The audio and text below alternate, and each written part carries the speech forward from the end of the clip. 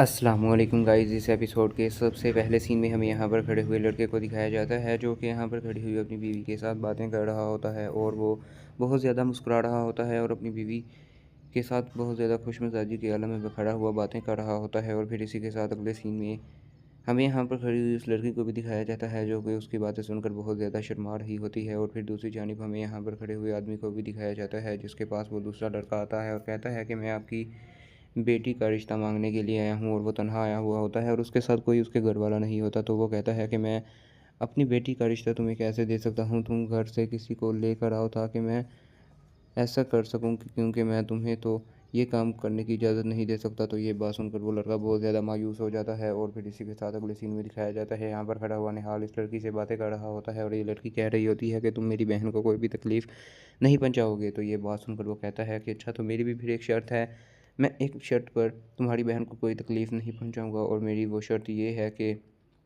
तुम्हें मेरे साथ रोज़ बातें करना होगी कॉल पर। तो ये बात सुनकर वो बहुत ज़्यादा हैरान और परेशान रह जाती है और वो बहुत ज़्यादा उस परेशान होती है, उसे समझ नहीं आ रहा होता कि वो क्या करे। फिर यहीं पर इस किस्त का इख्तिताम हो जाता है। आज के लिए बस इतना ही।